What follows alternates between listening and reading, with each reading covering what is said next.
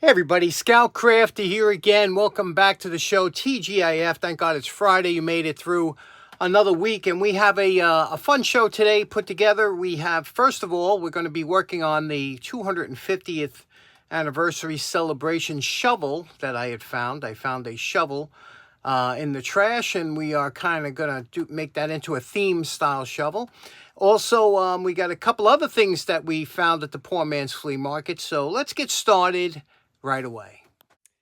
Now, if you're just tuning in, last week I found this shovel in the garbage, and you could see what kind of shape it's in. It's covered with concrete, and it really looked bad. So we want to do this up nice, make it into a kind of a 250th anniversary of the country celebration shovel. And we're going to soak the head in vinegar to try and loosen up the concrete. And then we'll come back in about 24 hours and see what happens. Okay, this is part 2 of the shovel transformation. Now, this is about 12-hour soak in vinegar. Now, you can see it does a decent job. We got rid of most of the concrete that was stuck on here. There was a little bit left here. You see where that rust mark is? That was where and I just chipped that off with a scraper because I don't want to leave this too long in vinegar. And let me tell you why. Vinegar or hydrolysis or anything else that evaporust, it seems to have an effect, the hydrogen molecules or something in any kind of spring steel, which a shovel is kind of tempered to a spring steel, can become brittle. So, you know, you don't want to leave it in there longer than you have to. And vinegar, I've had that same bucket of vinegar for 8 years or something, and that thing still works the same. It looks like mud, but I put it in there, and anything I put in comes. So you can see it took out a lot of the rust. But now we're going to use manual. We're going to take the cupped wire brush on the grinder, and we're going to get rid of the rest of the rust here. You can see here. And let me tell you another thing. You know, when you take it out of there, the flash rust is unbelievable, you know. So let's do it with the cupped wire brush. Okay, now this has gone over with 3 types of wire brushes. The first one was the cupped brush. These twisted wire brushes really do a good job of getting down past any rust or anything. Then I went with the fine wire brush, and that'll pick up any smaller indents, and also to get inside here and under here, because you got to get all that rust out of there. So now this is free of most, and the handle up here did good. So now what we have to do is I'm going to go over some of the areas with the flap disc, just to get off any of the, like over here where some of the residual paint is, and clear it up with that. See how that works. As I was doing this, I was thinking about some of the first-time viewers to this channel might be thinking right now, what the heck is this guy doing with an old shovel? Why don't he just get a new shovel? But I hope you stick around to see why we do what we do. Anyway, here you can see we got rid of now all the rust, everything in here, and this thing's ready for prep and etch, which is phosphoric acid. Now what we're going to do is you dilute that down. And okay, when using the etch and prep, the first thing you do is you dilute the etch and prep, 3 parts water, 1 part prep, and you mix that up, and then just wipe it on with a rag or something. Just saturate the whole metal, let it sit for 15 minutes, then rinse it off thoroughly. Then this is what you get. It looks like garbage, but this is all protected. It looks like it's almost like a rust, but it's not. It's all protected. Now what I'm going to do is hit this with the hairdryer to make sure there's no residual moisture in here. And then what I'm going to do is prime it. Now, you have 48 hours to prime it after you prep it with this chemical. So don't prep it and then think you're going to do it this upcoming weekend. You got 48 hours to do it. And so let's do that. Okay, it's been about 24 hours. We have it in primer now. You could see it looks really, really nice, right? You can see here it's all smoothed out. Now we're going to decide later on what kind of paint we're going to use. But now we're going to work on the handle. Okay, now when we're dealing with the handles these are actually very strong handles. They replace the metal ones. They're good because they don't rust. And again, these are the strong ones. They're like an ABS plastic. The only problem is when they're out in the sun always degrades plastic, nylon, anything like that. And you could see here, it's got a film on it. Now this film will not rub off. Here's a rag, and it will not rub off, you know. You could scrape it off, like look over here. You could scrape some of it off here. You can see that there? Because it's starting to degrade the outside layer. And you could scrape some of it off. But what we're going to do is we're just going to lightly scrape what we can off, but then we're going to hit it with the heat gun. And the heat gun dissolves all that and brings out the natural oils in the plastic. I'll show you what it looks like. Okay, now we could paint this, but again, plastic and paint it's tough because you got to have the right kind of primer. You almost got to etch this a little bit so it sticks. And when the handle drops on something, it tends to chip off the paint. So I always prefer to, if you can, keep the handle natural. Now, to get this to the black state that it was when it was originally formed, we're going to use some heat. We're going to use a flame. You can't use a heat gun for some reason. It's got to be the flame touching it. And you'll see how quickly that this will turn this to like a glossy black again, just with a propane torch. And I'm going to do this in real time so you can see how quickly this takes place. So here we go.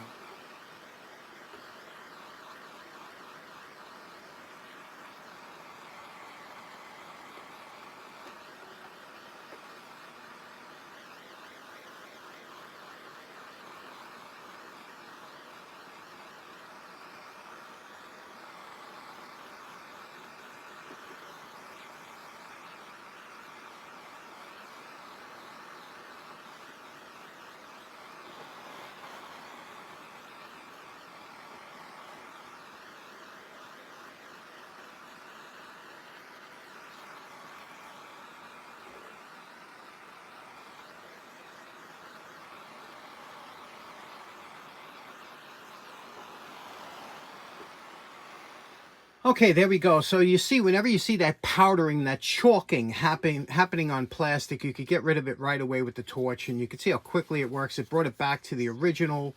This is as black as it was. Now we'll hit this with a little Plastex or something, and or a little mineral oil later, and it'll give it a nice shine to it. But there we go.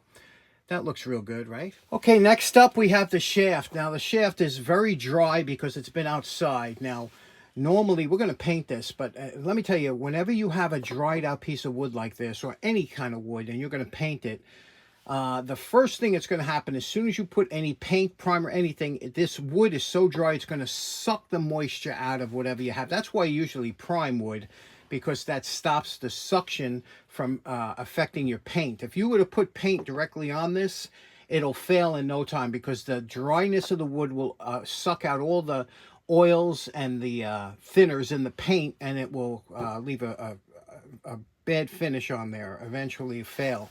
So first thing we're going to do is scrape off the outside here, because this is this wood here, you could see it's been out, and the outside is kind of failing. So we're going to take our a single edge razor blade, and we're going to scrape it down here to just expose, get rid of those fibers that are kind of pulverizing, and get down to some good wood.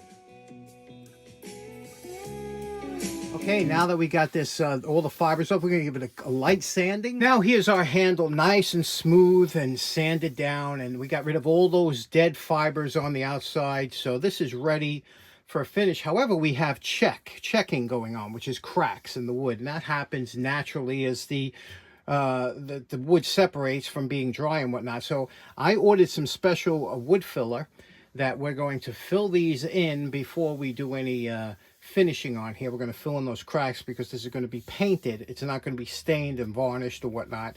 But anytime you have wood like this, you know, you could saturate it with linseed oil. That'll help, you know, rejuvenate. But what we're going to use is a water-soluble filler, and we're going to fill in these cracks here, and then we will seal the wood, and then we will paint it. So that's next episode. Next up on the poor man's flea market, as we're walking around, they do have this house that they're moving, and they put out a bunch of stuff just next to the house. I guess things that they don't want to throw out, but they, I don't know, that's one of them rakes that picks up leaves and a bunch of books. But I found something interesting, in one of these bins. Okay, this is the item I got from the bin. Now, it probably works because it looks like they were getting rid of all kinds of stuff. They're getting ready to move or whatever.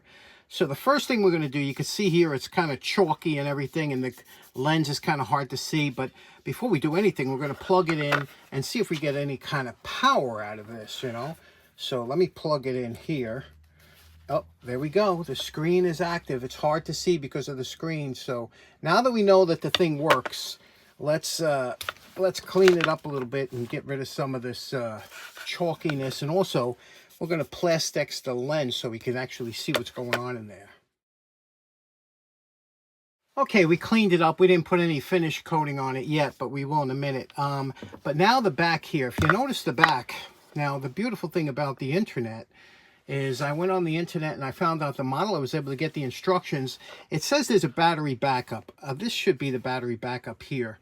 And you could see, because this was outside, I take it, that you could see that screw that opens that cap, a little bit rusted. So I'm going to hit that real quick with the Dremel to take out that rust.